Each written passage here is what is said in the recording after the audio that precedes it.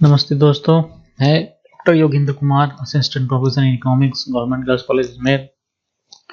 जैसा कि आपको पता है कि हम मोनोपोलिस्टिक कंपटीशन के बारे में पढ़ रहे हैं। पिछले व्याख्यान में हमने शॉर्ट रन इक्विलिब्रियम इन मोनोपोलिस्टिक कंपटीशन पढ़ा।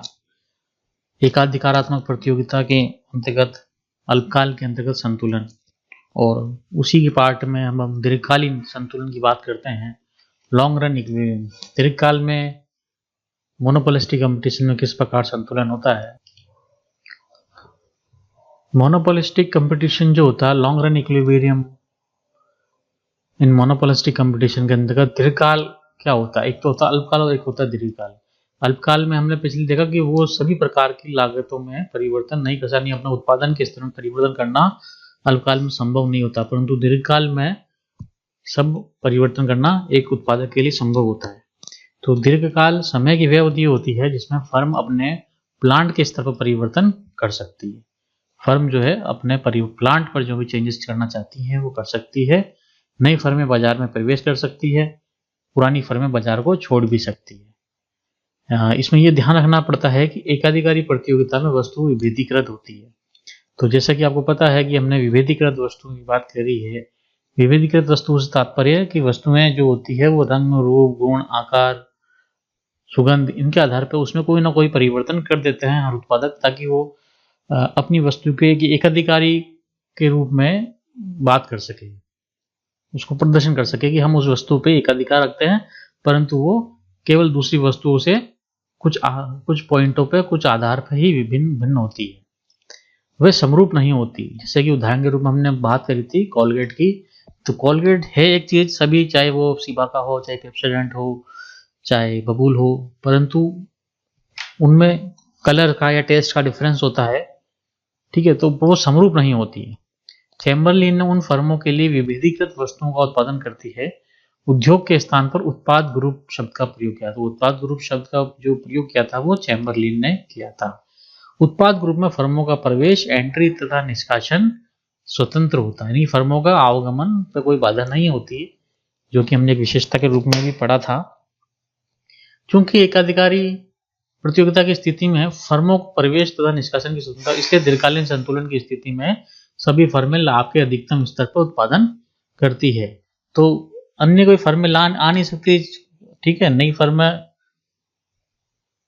फर्में जो होती है, फर्मों का प्रवेश तथा निष्कासन की स्वतंत्रता होती है, तो नई फर्में आ सकती है और छोड़ के जा सकती है। इसलिए क्या होता है, जो दीर्घकाल के अंतर्गत एकाधिकारात्मक प्रतियोगिता के अंदर जो संतुलन होता है वो सामान्य लाभ का होता है, ना उन्हें सुपर नॉर्मल प्रॉफिट होता है, ना उन्हें लॉस होता है, ठीक है। तो इस प्रकार से केवल सामान्य लाभ की स्थिति ही उनको एकाधिकारात्मक यानी मोनोपोलिस्टिक में मिलती है। ये निष्कर्ष इस मान्यता पर आधारित रहता है कि सभी उत्पादों की मांग तथा लागत वक्र एक समान है। मांग और लागत वक्र है वो सब एक समान होती है, ठीक है। दीर्घकाल में एकाधिकारी प्रतियोगिता की स्थिति में फर्मों को असामान्य लाभ प्राप्त नहीं होते हैं, ये बात हमने करी। फर्मों को हानि भी नहीं होती, क्योंकि यदि हानि होगी तो फर्म उत्पादन क्यों करेगी, वो छोड़ के चली जाएगी, ठीक है। और फर्मों को केवल सामान्य लाभ प्राप्त होता है। अब हम इसकी बात करते हैं, सामान्य लाभ की किस प्रकार से होता है ये हम देखते हैं। फर्म असामान्य लाभ प्राप्त नहीं कर सके, मतलब उन्हें सुपर नॉर्मल प्रॉफिट नहीं होगा। Firm will not earn super normal profit. एकाधिकारी प्रतियोगिता की स्थिति में यदि फर्म को असामान्य लाभ प्राप्त होंगे तो नई फर्म में उत्पाद ग्रुप में प्रवेश करेगी। जैसे उसको लाभ मिलेगा तो उस लाभ से आकर्षित होकर और भी नई नई फर्में आएगी और निकटतम स्थानापन्न वस्तुओं का उत्पादन करेगी, और उसके जो स्थानापन्न वस्तु हैं उनका उत्पादन करेगी। जैसे मान लिया सिबागा, पेप्सोडेंट, बबूल है, तो इस प्रकार से और कुछ नई कंपनी आने लग जाएगी कि उन्हें लगेगा कि इस प्रकार के उत्पादन में उन्हें अधिक प्रॉफिट हो रहा है, सुपर नॉर्मल प्रॉफिट हो रहा है। जब नई फर्में वर्तमान फर्मों के ग्राहकों को अपनी आकर्षित करेगी तो वर्तमान फर्म के उत्पादन की मांग में कमी हो जाएगी। तो जो पहले से जो माल बिक रहा है वो माल उनको कम हो जाएगा। जो पहले से जो मौजूद कंपनियां हैं वो उसका लाभ उठा रही है जो बिक रहा है, क्योंकि वो जो नई फर्म आई है उसने उनके जो पुराने जो उपभोक्ता है उनको तोड़कर अपनी ओर आकर्षित कर लिया, तो उनकी जो सेल होती है वो कम हो जाएगी पहले वालों की। तब वर्तमान फर्मों के उत्पादन की मांग की कमी होगी। इसके फलस्वरूप कीमतें कम हो जाएगी। जब उनकी मांग कम होगी तो कीमतें कम हो जाएगी। बाजार में नई फर्मों का प्रवेश तब तक जारी रहेगा जब तक फर्मों को असामान्य लाभ प्राप्त होना बंद नहीं हो जाता है। तो अन्य शब्दों में हम बात करें, दीर्घकाल में फर्मों के प्रवेश की स्वतंत्रता के कारण असामान्य लाभ मिलने बंद हो जाते हैं। तो असामान्य लाभ प्राप्त क्यों नहीं होते हैं, उसका क्या कारण है कि नई दीर्घकाल में क्या होता है, फर्मों की प्रवेश की स्वतंत्रता के कारण, क्योंकि जो फर्में पहले से असामान्य लाभ कमा रही थी वो नई फर्मों के आने के कारण उनके असामान्य लाभ बंद हो जाएंगे, क्योंकि वो जो उपभोक्ता है वो दूसरी फर्मों के आकर्षित हो जाएंगे और कंपटीशन होगा, मांग की कमी होगी और कीमतें कम करनी पड़ेगी। कीमतें कम होगी तो उनका जो फायदा हो रहा था फर्मों का वो कम हो जाएगा। यद्यपि प्रत्येक फर्म को अपने विविधीकृत उत्पादन में एकाधिकार होता है, परंतु निकटतम स्थानापन्न का उत्पादन करने वाली प्रतिद्वंदी फर्मों की प्रतियोगिता के कारण केवल सामान्य लाभ की स्थिति में ही उत्पादन करने के लिए मजबूर होना पड़ता है। तो प्रतिद्वंदी फर्में जो होती हैं उनमें प्रतियोगिता हो जाती है, इसलिए केवल सामान्य लाभ में ही उत्पादन करना पड़ता है। नेक्स्ट जो है, फर्मों को हानि नहीं करनी पड़ेगी, फर्म को हानि सहन नहीं करनी पड़ेगी। फर्म विल नॉट इनकर लॉस। दीर्घकाल में कोई भी फर्म हानि भी नहीं उठाएगी, क्योंकि यदि कोई फर्म हानि उठाएगी तो उत्पादन क्यों रखेगी। यदि दीर्घकाल में किसी फर्म को हानि हो रही है तो उसके लिए बेहतर होगा कि वह अपना उत्पादन बंद कर दे और ग्रुप से बाहर निकल जाए। ठीक है, ऐसा होने से उत्पादन का स्तर कम हो जाएगा और मांग की तुलना में पूर्ति कम हो जाएगी, कीमतें बढ़ेगी और फर्म फिर से सामान्य लाभ प्राप्त करने लगेगी। तो इस प्रकार से फर्मों को हानि भी नहीं मिलेगी और असामान्य लाभ नहीं मिलेगा, तो क्या बचा, हमारे पास केवल सामान्य लाभ की स्थिति बची। तो दीर्घकाल में एकाधिकारात्मक प्रतियोगिता के अंतर्गत फर्म को सामान्य लाभ प्राप्त होगा। दीर्घकाल में सामान्य लाभ ही क्यों प्राप्त होते हैं, अब प्रश्न ये होता है। तो इसका कारण ये है कि पूर्ण प्रतियोगिता के समान एकाधिकार प्रतियोगिता में फर्मों को प्रवेश करने और छोड़े जाने की स्वतंत्रता होती है। तो इस प्रश्न का उत्तर ये होता है। तो कई बार ऑब्जेक्टिव टाइप में ये सवाल आ सकता है कि भाई उसमें एक ऑप्शन आपको ये भी मिल सकता है कि फर्मों के प्रवेश करने और छोड़े जाने की स्वतंत्रता, तो आपको टिक वही करना है। ठीक है, आगे हम चलते हैं। चित्र के माध्यम से हमने इसको समझाया है। तो चित्र में हमने LAC जो है वो दीर्घकालीन औसत लागत वक्र है, यानी लॉन्ग टर्म एवरेज कॉस्ट को बताया। LMC जो है वो दीर्घकालीन सीमांत लागत वक्र है और AR जो है औसत आगम और MR सीमांत आगम वक्र है। E बिंदु पर MR तथा MC एक दूसरे के बराबर है। हम उसको डायग्राम पे चलते हैं डायरेक्ट। तो ये नॉर्मल प्रॉफिट की स्थिति है कि हमारा ये AR कर्व हमारा एवरेज रेवेन्यू कर्व है, ये मार्जिनल रेवेन्यू कर्व है, ये हमारा LMC long term marginal cost है क्योंकि हम दीर्घकालीन स्थिति की बात कर रहे हैं, और ये हमारा लॉन्ग टर्म एवरेज कॉस्ट है। तो संतुलन हमको पता है, संतुलन हमारा कहाँ होता है, जहाँ MC = MR होता है वहाँ एक फर्म संतुलन होती है, उत्पादन का निर्धारण होता है।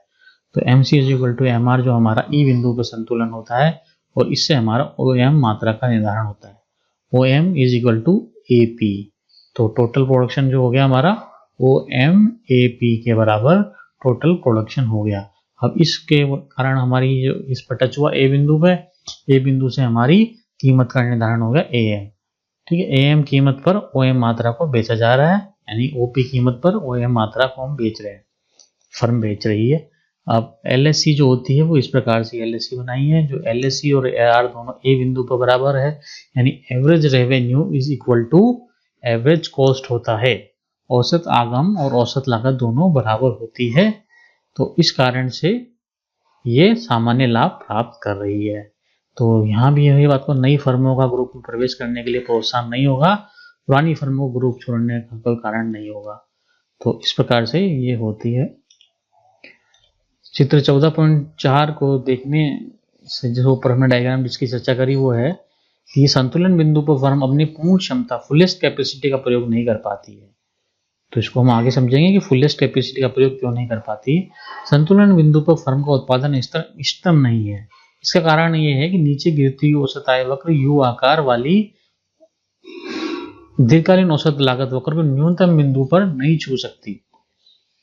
पूर्ण प्रतियोगिता में औसत आय वक्र OX अक्ष के समानांतर सीधी रेखा होती है, इसलिए इस संतुलन बिंदु पर औसत लागत को उस न्यूनतम बिंदु पर छूती है। एकाधिकार फर्म में AR वक्र ऋणात्मक ढाल वाले होने के कारण U आकार के LAC वक्र को ऊंची लागत वाले बिंदु पर छूती है। कहने का तात्पर्य ये है कि ये जो हो रही है वो फर्म अपने इष्टतम बिंदु को, यानी कि इसके एवरेज कॉस्ट यहाँ न्यूनतम बिंदु यह इस पॉइंट पे आता है, तो एक फर्म यहाँ तक उत्पादन कर सकती है तो उसकी एवरेज कॉस्ट न्यूनतम ना हो, ठीक है। तो वो एक इस बिंदु तक उत्पादन कर सकते हैं। पूर्ण प्रतियोगिता की बात होती है, हम इसको आगे देखते हैं। हमने जो बात करी क्षमता आधिक्य की, वो इस बिंदु पर है, तो वो एक ना उत्पादन कितना कर रही है, OQ मात्रा का। मान लीजिए इस डायग्राम जहाँ MC is equal to MR है, तो LMC is equal to MR E बिंदु पर, तो हमारा संतुलन का बिंदु आता OQ, परंतु वो अर्थव्यवस्था पूर्ण प्रतियोगिता में यदि उत्पादन करती तो वो उत्पादन करती OQ1। तो ये जो एरिया आया हमारा RQQ1M के बराबर, ये हमारा एक्सेस कैपेसिटी का आया। तो एकाधिकार प्रतियोगिता के अंतर्गत वह अपनी पूर्ण क्षमता का उपयोग नहीं कर पा रही है, एकाधिकात्मक प्रतियोगिता। तो इस प्रकार से ये हम इस डायग्राम के माध्यम से ये बताते हैं कि उसमें क्षमता आधिक्य है फर्म में, परंतु एकाधिकारात्मक प्रतियोगिता के अंतर्गत कार्य उत्पादन कर रही है, इसलिए वो अपनी पूर्ण क्षमता का उत्पादन नहीं कर रही है। यानी कि इष्टतम उत्पादन, ऑप्टिमम आउटपुट माइनस वास्तविक उत्पादन। तो OQ1, ये OQ1 हमारा ये आया, इसमें से हमने एक्चुअल आउटपुट OQ1, इसमें से हमने माइनस करा OQ1 माइनस OQ, तो हमारे पास ये जो एरिया बचा वो एक्सेस कैपेसिटी का बचा, जो कि केवल यदि फर्म उत्पादन कर रही होती पूर्ण प्रतियोगिता के अंतर्गत तो वो यहाँ तक उत्पादन करती OQ1 तक। तो ये एक बात करी हमने क्षमता आधिक्य की, परंतु मुख्य जो टॉपिक है हमारा वो ये है कि हम दीर्घकालीन संतुलन की बात कर रहे हैं, और दीर्घकालीन संतुलन वहां होता है जहां LMC is equal to LMR हो ई बिंदु पर, और उसी पे हमारी कीमत का निर्धारण होता है, और average cost is equal to average revenue होता है। तो ये फर्म सामान्य लाभ प्राप्त करती है। धन्यवाद। तो ये एक अधिकारी के अंतर्गत संतुलन की बात हुई।